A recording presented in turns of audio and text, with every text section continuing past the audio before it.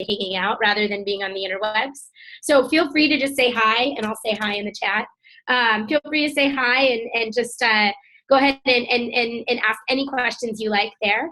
We'll also kind of share a few next steps that you can take after this call if you want to kind of engage further, or if you want to use some more resources. So. And Christina, this is Missy. I will actually monitor the chat for you and butt in if I need to. So everyone, if you communicate in the chat, I'll take care of monitoring that for Christina so she can concentrate on the information she's giving. Cool. Awesome. Thanks so much, Missy. The first thing that I think is really important to know is that EdSurge is really all about helping schools find, select, and use technology to support all learners. And that's really kind of what is at the heart of our organization. And because we have a lot of folks that have been on both sides, who've either been educators or who've run companies, and we really feel like we've got to find better ways to help schools go through this process. So that's really kind of the heart of who we are. But how we got there is kind of interesting. We really started 5 years ago with the news.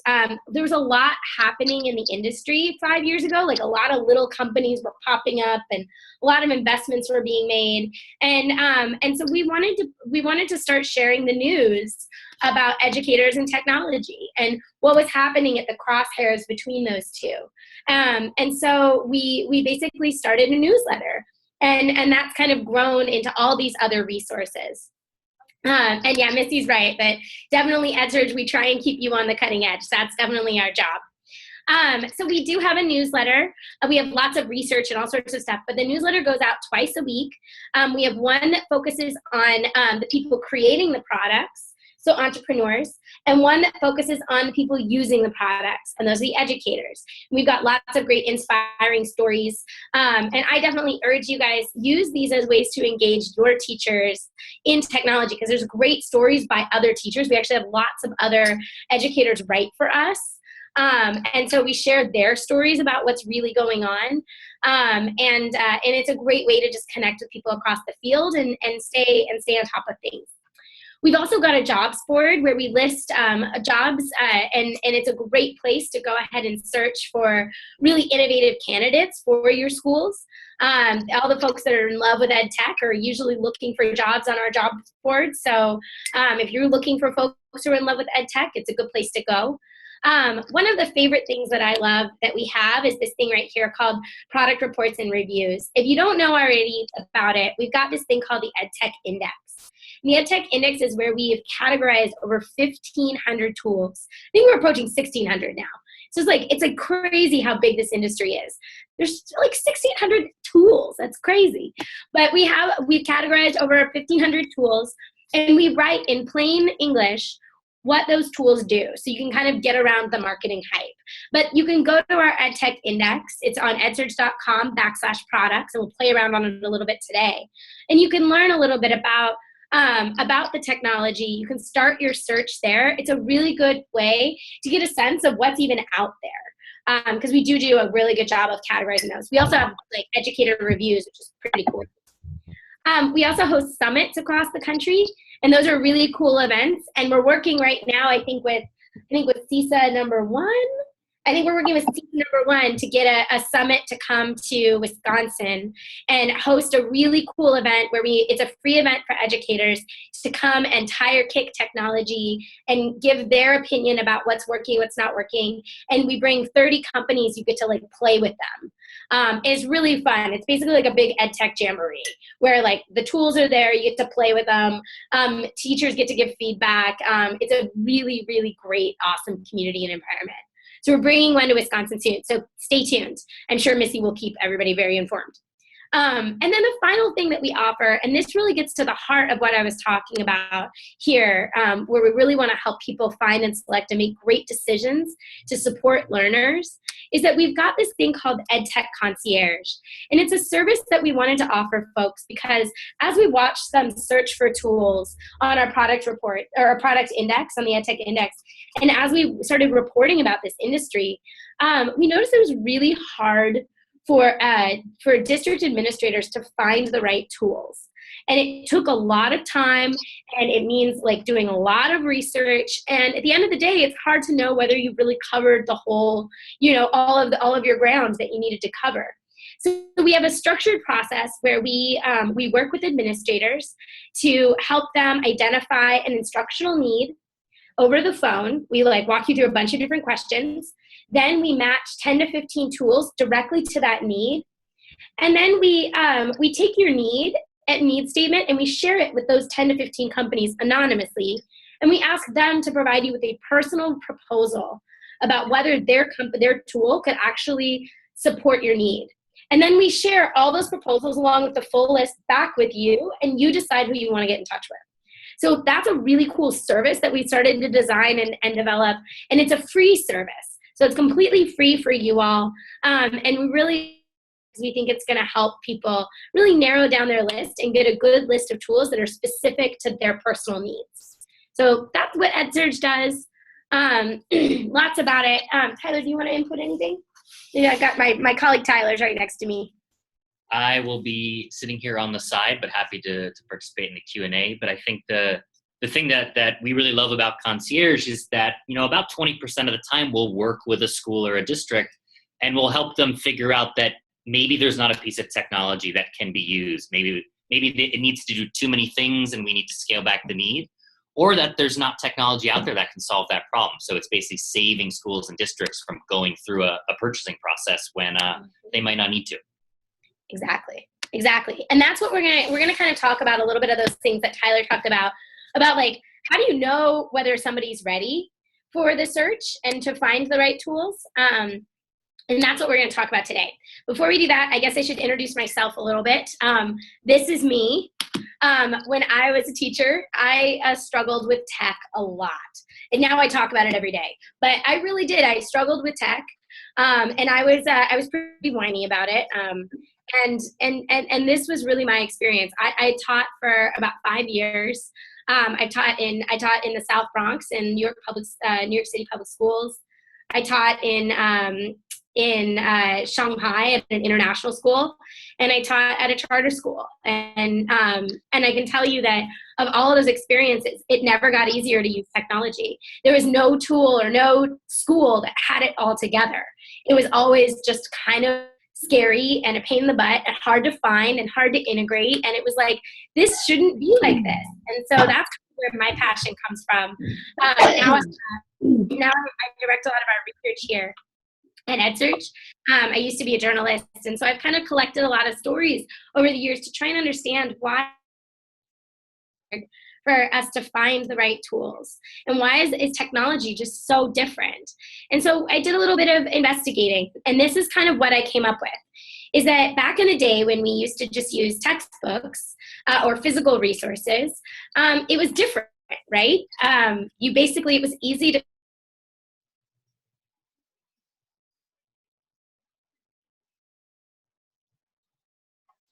Christina, we can't hear you anymore.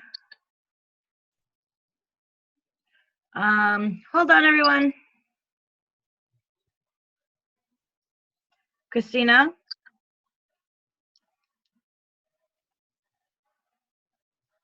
I don't know where she went. 1 second.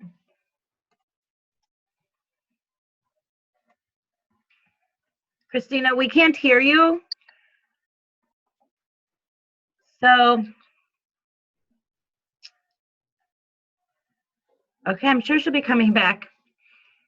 Oh, well, she might be dropping out. Hi, guys. I'm sure she's dropping out to come back in. Sometimes that happens with the technology. So, tell me in the chat, I guess, have any of you read EdSurge articles, or are any of you really familiar? What's your familiarity with EdTech, or with EdSurge, not EdTech, EdSurge? Can you let me know in the chat, like, are you familiar or are you not familiar? Ooh. Okay. All right, Christina, hi. You kind of got plugged out, but I just asked our people that are viewing how familiar they are with EdSurge, and they are not familiar at all. So we will, yes, and this is new to them, totally new. So I'm probably having a little bit of the same reaction, but I just want to tell those of you who are watching that do make it a point to try to read some of, to get on their newsletter and read that at least once a week, because I think you'll be surprised at what there is to learn and know. She's showing you their website now. It is absolutely a wealth of information. So without that understanding and background knowledge of what EdSurge does, I can tell you, because I've been following EdSurge for probably as long as they've been in existence, they have tons of knowledge. So when they tell you that they're able to work with you to determine what your needs are and to match educational technology tools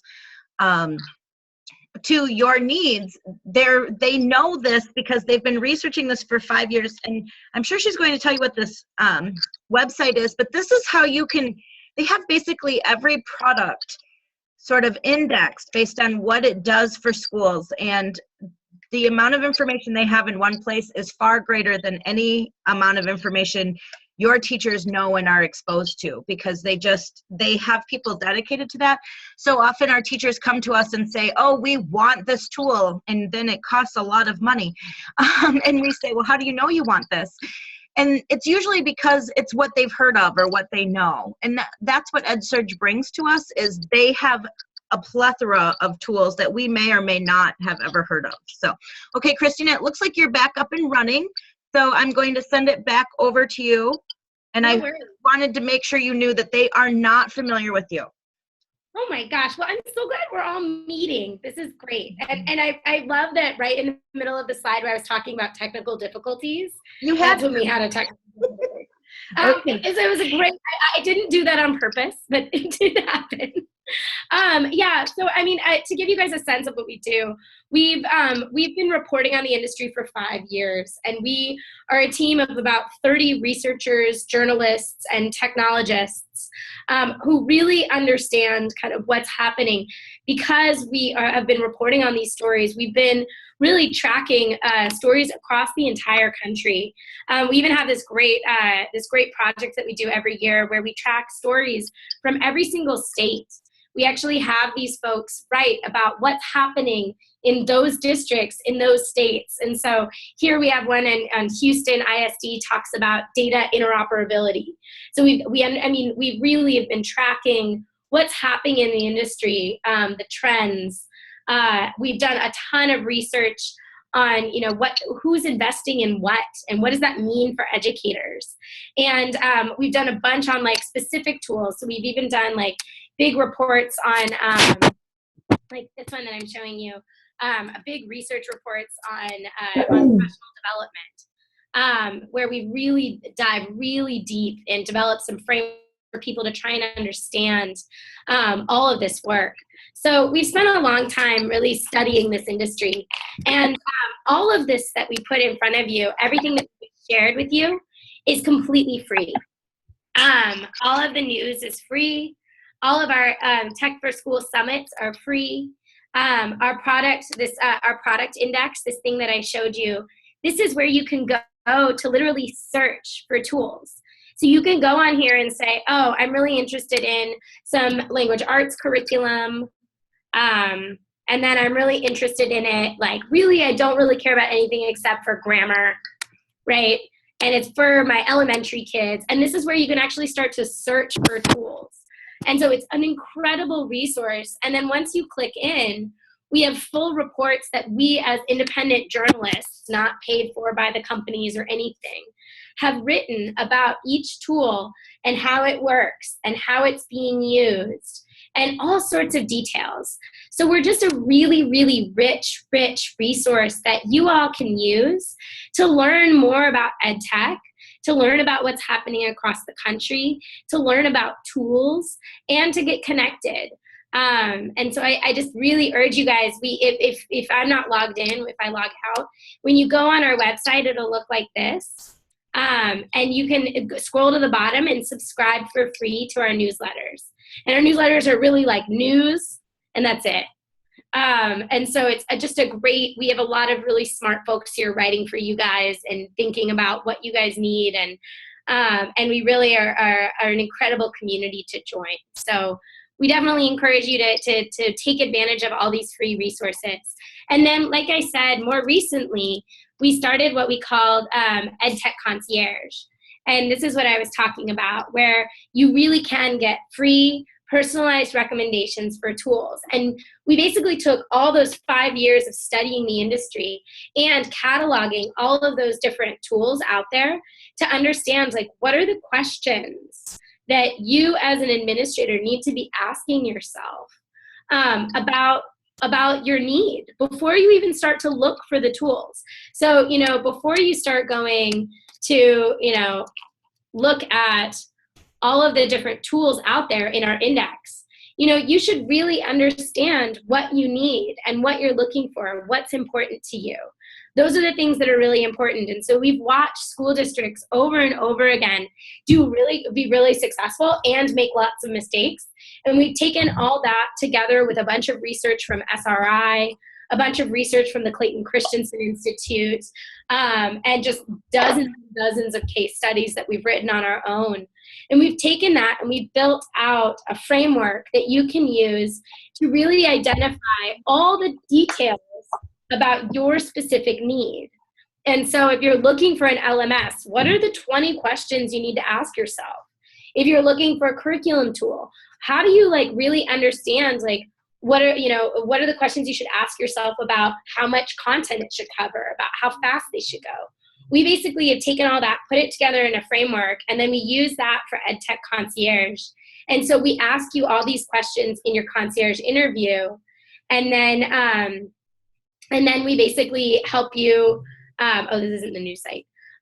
We basically ask you all these questions in the concierge interview, and then we take all of your answers and we match them to tags from our index. So because we've already have relationships with those 1,500 companies on that index, on all these different companies in here, because we already have relationships with them, we already know them in and out. We basically take the need that you tell us what you need, and we match that need to 10 to 15 tools out there. And we use our index as a research tool. We also use other great research tools that are out there. And then we basically come up with that list. We take the write-up of your need and we make sure it's completely confidential. So if there's any identifiers about your region or we are very careful to make sure that nobody can identify that it's you. But we share that need with those companies. It's completely anonymous. They don't get your contact information. And then those companies get a chance to respond. So I can actually show you what those look like. So the companies get a chance to respond to you, and then we share a portfolio of options. And so what you're looking at right now is actually the portfolio of options that we share back with the customer. So what the customer gets if they use Concierge is this is their need write-up. You'll notice there's nothing that's identifiable about the school. But then they get hold on, Christina. Go back. Can you go back to where they can see the school need profile? I'm going to slow you down for a little bit. So she was scrolling, but these are the questions that you would answer in the concierge call to really help you identify what your needs are.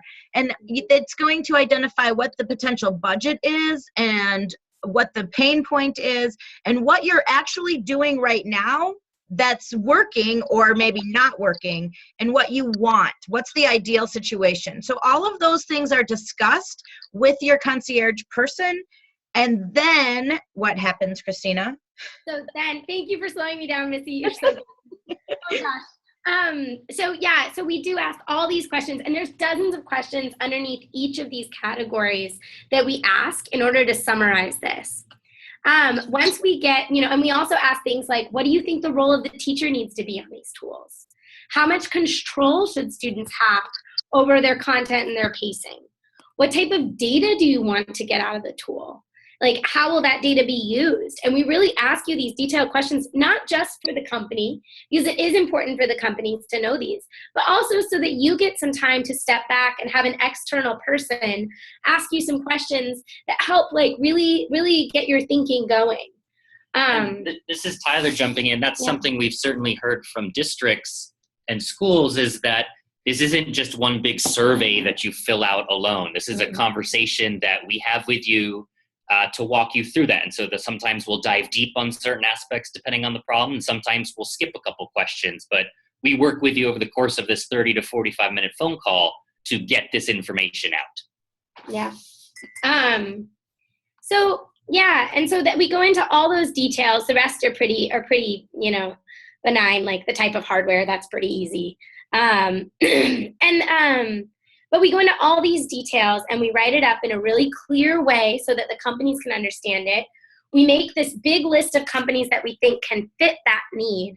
So here you'll see a big list. These people had a pretty broad need. So there were lots of people that could fill it. And so we put together that full need. And then you'll notice the ones that are in green, that are highlighted in green, are companies who looked at this need write-up and they said, I can do that. Like, our tool can do that. So if you go into each one, you'll notice the companies respond. How does your tool address the specific need or pain point? And they actually respond personally to that administrator. They should be linking to videos. Sometimes they're not so good at that. Some people do and some people don't. They share reference customers. They describe how reference customer actually are using the tool, which is really helpful because sometimes you're like, how does this even work with real people? They'll share data reports. And then I think what the most valuable piece of this process is upfront without ever having to get on the phone with anybody. Because we all know that, like, when you put your email into, like, yes, I'd like to see a demo account, or yes, I'd like to see more, all you get from that, and you barely get answers. All you get from that is inundated with emails and marketing from the company. And so what's really great about Concierge is upfront, you get all this information, but what I like the most is you actually get an estimate of what the pricing would be without ever having to get on the phone with those guys. That way you... Christina, the other thing is, you said that they respond directly to the administrator. What she means is this narration that you're seeing here where they're responding, this is a response to the need survey that you filled out, but they do not have your name. You're not going to be in their email system or your phone. They're not going to be calling you, which is why I felt it was so valuable, because I remember needing and wanting to talk to people who had certain things to offer me, but being inundated on a day-to-day basis with those calls is not fun, because, they always call when you're not really ready to talk to them. And this is sort of like on your need and on your time. And that is a big deal to me. Absolutely. Yeah. I mean, and oftentimes, I don't know if you guys have experienced this, but, like, it takes several calls to get the full picture. I mean, and part of that is good, right? You do want to know and you want to get to know these tools, but you shouldn't have to spend hours upon hours just to get to know one tool. Right. You should have more. One more thing that I remember asking when I was at EdSurge, if you scroll down a little bit, Christina, you're going to see a list of people that this particular company identifies as competitors. I got you. So these are the companies who are the competitors and what makes you stand out. I think it's always interesting when companies identify who their competitors are. But Tyler explained to me why sometimes the competitors that these companies list may not be on your product match. And Tyler, maybe you want to just jump in there and explain that, because I think the competitor thing is interesting, but I also think it's important to understand why the competitors that are listed may or may not be on your match. Right. So that's a good point. Some products have a lot of different applications. And so as they identify their competitors, they might pick, in this case, Dreambox and ST Math, or some of the larger companies out there. They have multiple solutions. And what we've done in this needs profiling process and then in the matching is we've gone back and looked to the best of our ability at your non-negotiables, at your need, and have made recommendations about the products. It doesn't mean that these couldn't be a good fit, but our goal is to lower the number of choices you're looking at to perhaps 5 to 7 of the most applicable. And so sometimes you might see broader solutions, and we're happy to have a discussion about, here's the logic we used to not include ST Math, for example, if that were the case. And so, if you ultimately decide you want to either hear from ST Math or see more about them, then we're happy to do that as well. Yeah. So, I mean, it's pretty cool that you can just scroll through and see a lot of the info up front. Sometimes it actually shows the video embedded. Some of these guys aren't embedding their video, which is kind of irritating, but it's pretty cool. And you do get access to the demo accounts. So you can go in there with their login, not your login, their login, not your email, not your contact information, their information. So you can see and touch and play with the tool up front before you have to give away your contact information. And so I'm interrupting one more time. So in the chat box, everyone, can you tell me what you're thinking right now, or a question that you have, just to let me know that you're like alive in there, because I see there's 9 of you. I just want to give you an opportunity to tell me what you're thinking or what question this is maybe leading you to, and I'll monitor that, Christina, and I'll interrupt you when I see some movement. Awesome. So this is basically what happens. Oh, you're writing. Oh, is that you, Missy? That's so cool. No, actually, I'm not writing. So those of you there's a chat button in the bottom of your screen next to, it's on the bottom right, sort of in the middle to the right. But yeah, just click that, open that chat, and then type in that box. What are you thinking, or what questions do you have? Ooh, I am alive. Willie, great, glad to hear it. Anybody else, let me know you're alive. Thank you. Awesome. So just to describe the next step. So basically what happens is the administrator receives this portfolio of options, right? So now they can look through this portfolio of options. They can even see the people that didn't respond, and learn a little bit more about them. And then they basically get on the phone with us, and they fill out the only thing. So while the whole thing is free, the only thing that we ask people to do as part of this process is you have to submit your feedback to the company. So we have a very structured process where we ask you to describe what you think the strengths and weaknesses are of each tool, and any further questions that you have. And that's what you have to give, is you have to dedicate an hour or two to give these guys a little bit of feedback. And then we get on the phone and we actually debrief them with you. So we walk through and say, okay, so you read all of these. This is what we know about the rest of the companies that didn't respond and why they didn't respond. So for instance, I know that Redbird did not respond to this need because Redbird doesn't do 7th grade. They can do 6th grade and 8th grade, but they don't do 7th grade. And this was, they need it for K through 8. So I'm pretty sure that's why Redbird didn't respond. And so we basically go through and we explain why other people didn't respond. We share whatever we know about the tools that did. And then we ask people to reflect and think about what is the next step that you'd like to take in this process. Do you want to actually schedule a demo with these guys? In that case, we'll connect you. But if you're like, I have some questions, I'm not really quite sure, we'll help you ask those questions and get those answered before you have to make a decision.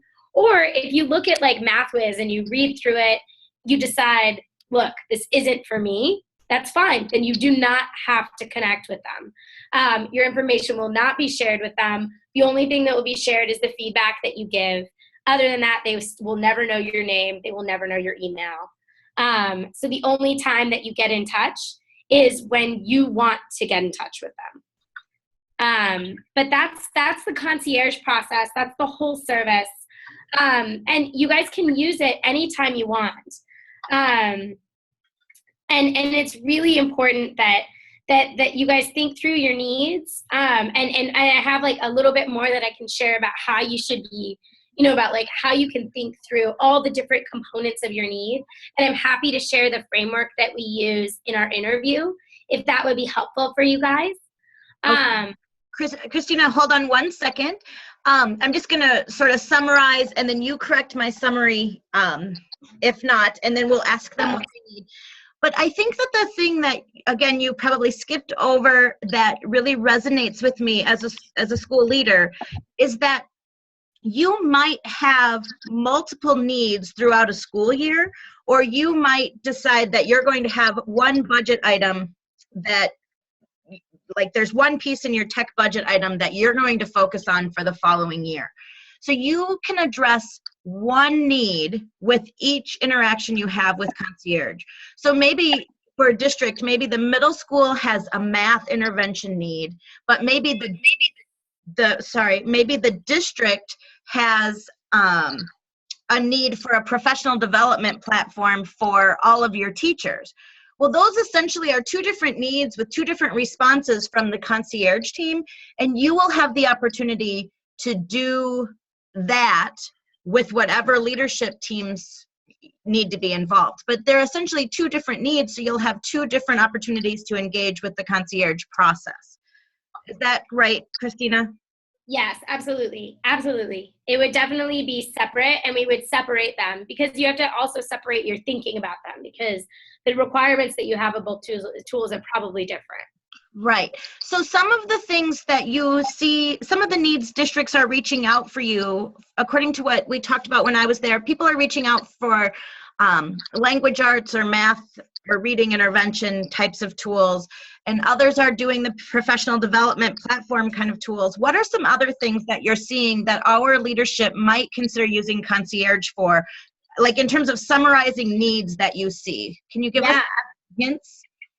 Yeah, absolutely. I mean, a lot of them lately are learning management systems.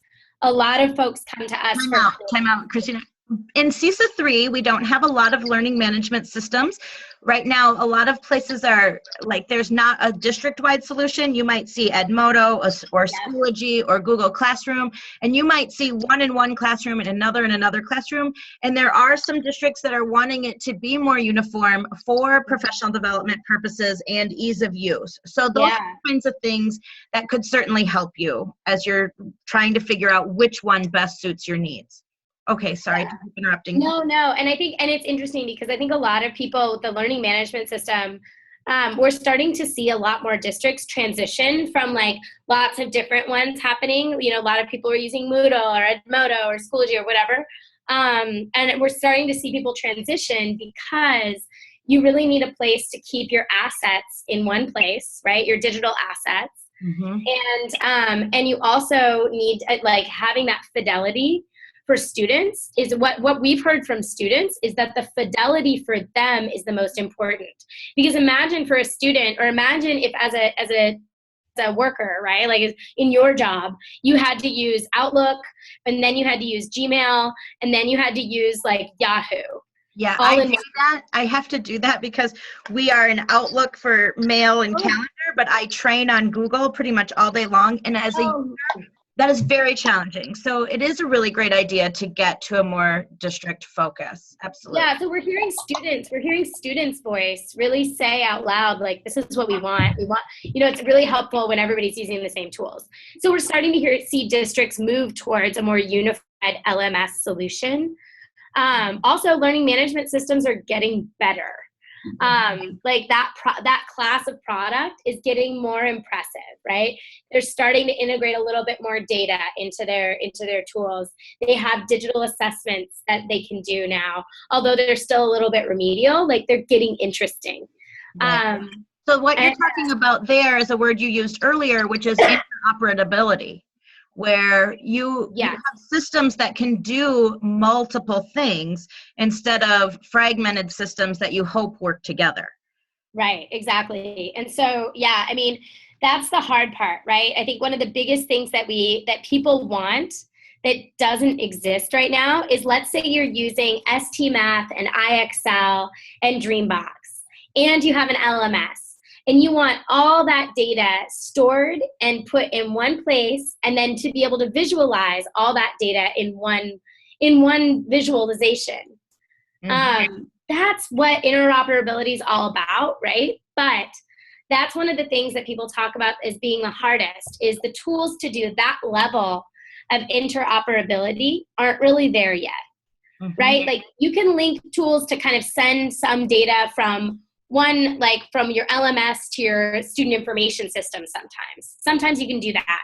And you do that through an API. That's possible, right? But to be able to make that data from your LMS in your SIS to like be side by side and visible is really hard.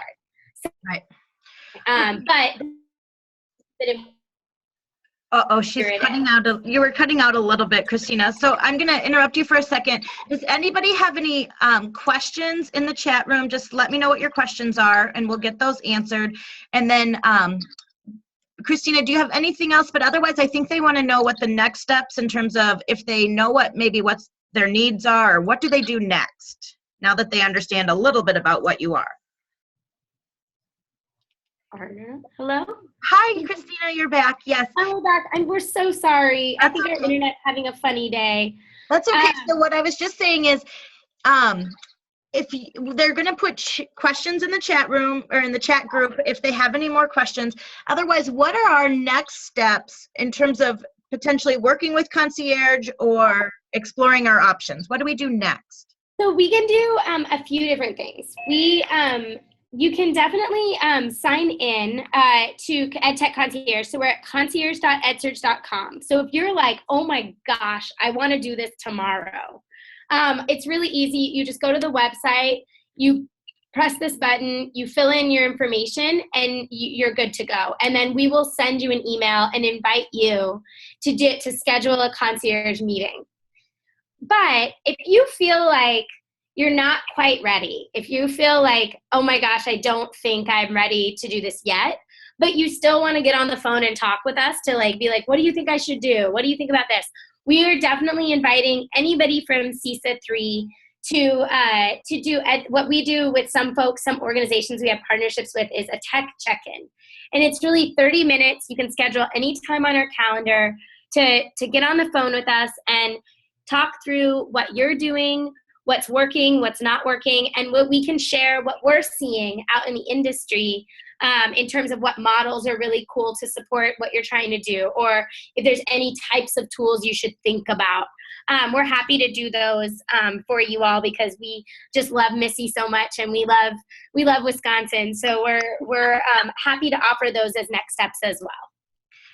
That's fabulous. From a CISA perspective, when I was with EdSurge and talking with Tyler, from a CISA 3 perspective, I think it would be really interesting to do an EdSurge Concierge campaign. Last year in February or March, I can't remember exactly, we did a vendor fair for literacy tools, essentially. And we had several people from Title I and Special Ed come out and learn about some of the tools that were available. And basically, the people that were here were just people that agreed to come. We could potentially do a vendor event, but we want to make sure that we get the people that our region needs to see and wants to see. So if we did this as sort of a campaign and set up a time frame, then we could potentially reach out to the companies that have reached out to you and get them to come to our region for a few days. And that way they could meet with you individually later in the spring or whatnot. But that's sort of what I could help you do. But if we don't get there, I certainly encourage you as individual districts to reach out to the concierge, because I believe in hugging what you have and maximizing the tools that you're either going to purchase or have purchased. And the concierge will really help you do just that. So I would start with the check-in and definitely move forward from there. My personal opinion for all of you. And if you need support from us after you do the EdTech check-in, let me know. Awesome. So I think what makes sense, Missy, is we're happy to send an email out with this information. We're happy to send the framework that we talked about. And then some links to, like, if you want to sign up for EdTech Concierge right away, you can do that. Or a link to sign up for a tech check-in with us. Does that make sense if we send that to you, Missy, and you can send that out to your team? Yes, absolutely. So I will definitely, I'll get that email from EdSurge and I'll send that out to everyone that was here. I'm also going to link up the webinar on YouTube and send that link out as well. But, you know, in your collegial conversations across districts, if anybody has any questions, if you just want to let them know to reach out to me, or I'll share this email that she's sending with everyone in our region. But I'm happy to answer any questions that I can and refer you on as well. So thank you so much, Christina and Tyler. Thank you. And thanks for hosting a couple weeks ago. Just any last questions in the chat room? I don't see any at this point, but this is the last chance, last call. Anyone?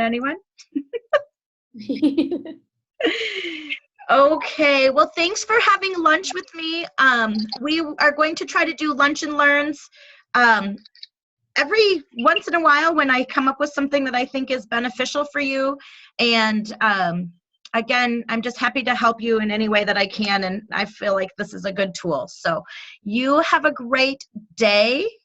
Oh, did I write the wrong thing in? That's okay. I put the correct one in. It's EdSurge, not EdSurge. But all of the links will be included in the note we sent to you, Missy. Yes, that's great. Thank you, Tyler, for correcting that. And thank you to the rest of you for joining me. And you have a great day. Okay? Please take care, everyone. Thank you so much. Thanks for coming, y'all. Take care. Bye-bye.